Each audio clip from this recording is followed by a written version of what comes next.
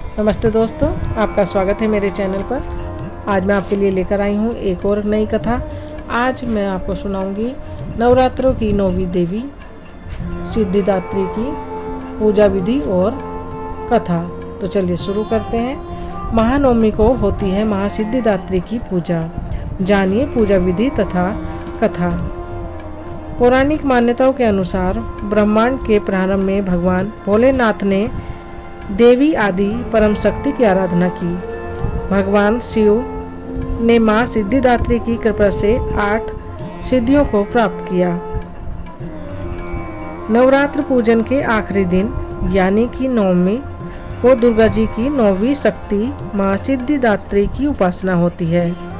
इस दिन जो भक्त विधि विधान और पूरी निष्ठा के साथ मां की पूजा करते हैं उन्हें सभी सिद्धियों की प्राप्ति होती है।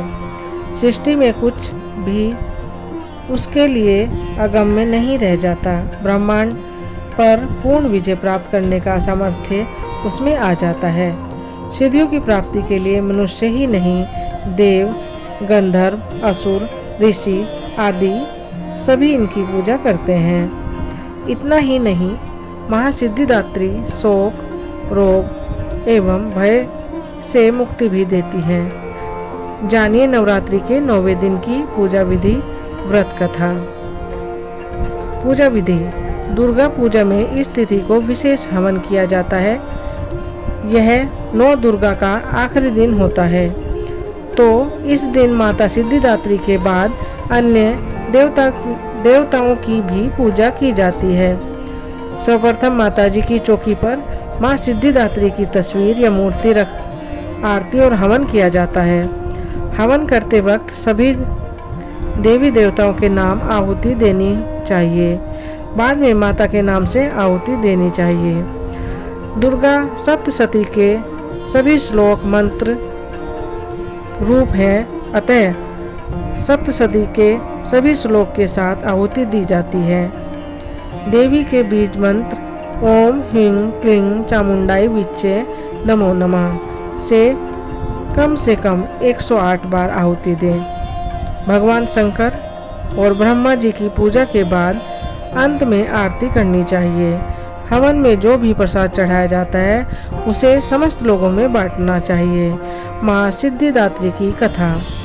देवी पुराण में ऐसा उल्लेख मिलता है कि भगवान शंकर ने भी इन्हीं की कृपा से सिद्धियों को प्राप्त किया था। ये कमल पर आसीन है और केवल मानव ही नहीं बल्कि सिद्ध, गंधर्व, यक्ष, देवता और असुर सभी इनकी आराधना करते हैं। संसार में सभी वस्तुओं को सहज और सुलभता से प्राप्त करने के लिए नवरात्र के 9वें दिन इनकी पूजा की जाती है। भगवान शिव ने भी सिद्धिदात्री देवी की कृपा से तमाम सिद्धियां प्राप्त की थी।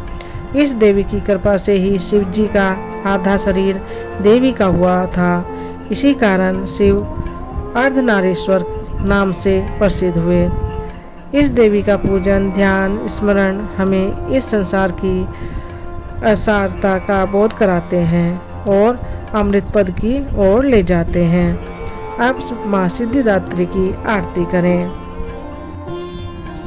मां सिद्धिदात्री की पूजा के बाद कुंवारी कन्याओं का घर में बुलाकर पैर धोकर आशीर्वाद लेना चाहिए और फिर मंत्र द्वारा पूजन करना चाहिए। उसके बाद सभी कन्याओं को हलवा पूरी चने की सब्जी दें।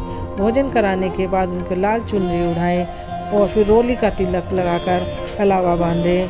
अपने सामर्थ्य अनुसार उनको कोई भेंट दें और उनके चरण स्पर्श करते हुए विदा करना चाहिए। जो भक्त कन्या पूजन कर नवरात्र के व्रत का समापन करता है उसे धर्म, अर्थ, काम, मोक्ष की प्राप्ति होती है। यहीं पर सिद्धिदात्री माँ की कथा की समाप्ति हुई। आप सबका दिन मंगलमय हो और माँ सिद्धिदात्री आपकी सभी मनोकामनाएं पूर्ण करे।